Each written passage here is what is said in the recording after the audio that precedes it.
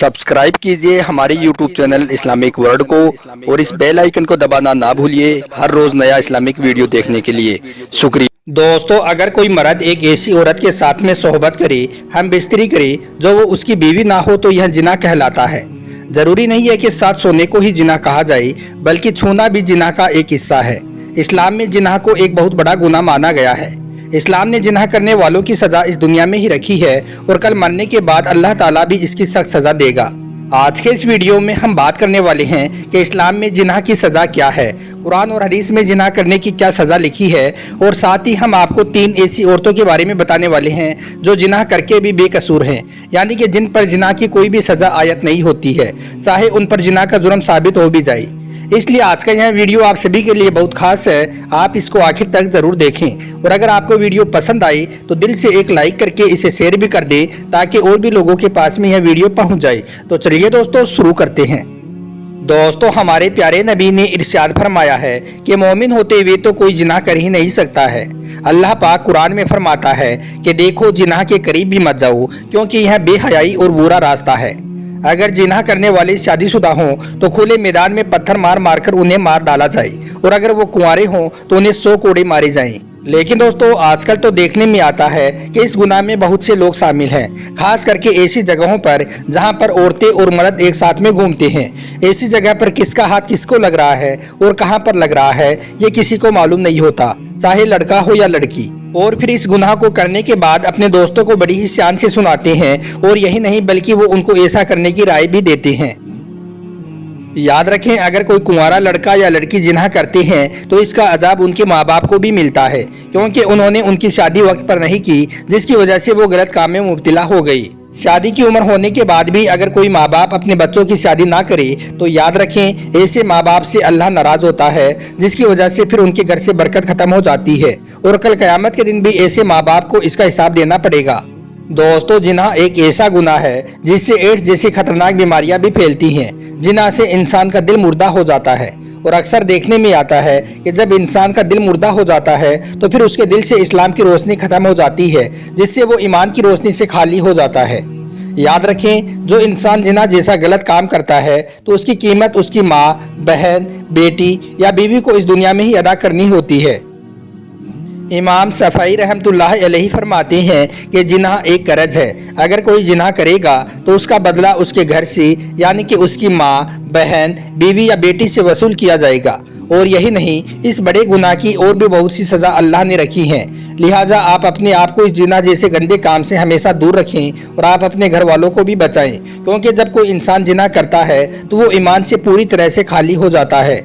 एक मर्तबा जब अल्लाह के प्यारे नबी से बड़े गुनाहों के बारे में पूछा गया तो आपने फरमाया कि हमसाये की बीवी से जिना करना बड़े गुनाहों में से एक गुनाह है। कुरान पाक में जिना की सजा और इसका बुरा होने के बारे में बताया गया है। अल्लाह ताला ने कुरान में फरमाया है कि जिना के करीब भी ना जाओ, क्योंकि यह बेहयाई और बुरा रास्ता है। शादीशुदा जिना करते हैं तो उनको संसार कर दिया जाए और कुंवारों को 100 कोड़े मारे जाएं। याद रखें, जिना करने वाला मुसलमान अगर आकिल और बालिग हो और जिसने यह गलत काम अपने इख्तियार से किया हो, यानी कि पूरे होश हवास में किया हो, और यही नहीं, इस जुर्म के लिए उस पर कोई जबरदस्ती ना की गई हो, तो फिर ऐसा सख्त गुनाहगार होगा। इसका मतलब यह है कि इस्लाम में कुछ ऐसे लोग भी हैं जिनको जिना माफ़ है, जिनके जिना करने पर अल्लाह का कलम नहीं चलता है, यानी कि उनको जिना करने का कोई भी गुनाह नहीं होता है। अब हम आपको 3 ऐसी ही औरतों के बारे में बताते हैं, 3 ऐसे ही लोगों के बारे में बताते हैं जो जिना करके भी बेकसूर होते हैं, यानी कि जिन पर जिना की कोई भी सजा आयत नहीं होती है, चाहे उन पर जिना का जुर्म साबित हो भी जाए। क्योंकि इन 3 तरह के लोगों का कोई भी अमल अल्लाह की बारगाह में नहीं लिखा जाता है, यानी कि यह 3 लोग ऐसे हैं जिन्होंने अगर जिना कर भी लिया है तो इन पर दीन इस्लाम की ओर से इन पर कोई भी हद लागू नहीं होती है। एक मर्तबा हजरत उमर रज़ियल्लाहु तआला अन्हु के दौर में एक ऐसी औरत को पकड़कर आपकी बारगाह में पेश किया गया जिसके साथ में जिना किया गया था। उसका जुर्म साबित होने पर आप रज़ियल्लाहु तआला अन्हु ने उस औरत को संसार करने का हुक्म दे दिया। अब कुछ लोग उस औरत को पकड़कर उसे संसार करने के लिए ले जा रहे थे, और इधर मदीना शहर की उसी गली से हजरत अली रज़ियल्लाहु तआला अन्हु का गुजर हुआ, जिस गली से उस औरत को पकड़कर ले जाया जा रहा था। आपने देखा कि कुछ लोग एक औरत को पकड़े हुए हैं और वो उसको घसीटते हुए कहीं पर ले जा रहे हैं। उस औरत का यह हाल था कि वो तड़पती हुई नजर आ रही थी। यह देखकर हजरत अली ने उन लोगों से पूछा कि आप इस औरत को क्यों पकड़े हुए हो और इसे आप कहां पर ले जा रहे हो। तो यह सुनकर उन लोगों ने कहा, या अली, इस औरत ने जिना किया है और इसे संसार करने की सजा मिली है, इसलिए हम इसे संसार करने के लिए ले जा रहे हैं, इसको सजा देने के लिए ले जा रहे हैं। इतना सुनते ही हजरत अली रजी अल्लाह तआला अन्हु जलाल में आ गए। आपने उन लोगों को फटकार लगाई और फिर आप कहने लगे, ए लोगों, छोड़ दो इस औरत को, यह बेकसूर है। यह सुनकर वो सारे लोग हैरान रह गए और फिर उन लोगों ने उस औरत को वहीं पर छोड़ दिया। और उसके बाद वो लोग सीधे हजरत उमर की बारगाह में हाजिर हुए और कहने लगे, या अमीरुल मोमिनीन, हमने आपके हुक्म के मुताबिक उस औरत को पकड़कर हम उसे सजा देने के लिए ले जा रहे थे, मगर रास्ते में हमको हजरत अली मिल गए, जिन्होंने हमें फटकार लगाते हुए कहा कि यह औरत तो बेकसूर है, छोड़ दो इसको। इस तरह से हजरत अली ने उस औरत को छुड़वा दिया। यह सुनकर हजरत उमर रजी अल्लाह तआला अन्हु कहने लगे, ए लोगों, अगर हजरत अली ने ऐसा कहा है तो इसमें फिर कोई ना कोई बात जरूर है जिससे हम सब बेखबर हैं, जिसके बारे में हमें मालूम नहीं है। जाओ और जाकर हजरत अली को जल्दी करके यहाँ पर बुलाकर लाओ। दोस्तों, उसके बाद वो लोग हजरत अली के पास गए और आपको बुलाकर लाई। आपको देखकर हजरत उमर ने कहा, या अली, आपने उस जिनाकारी औरत को क्यों छुड़वा दिया? ऐसी क्या बात है जिससे हम सब बेखबर हैं?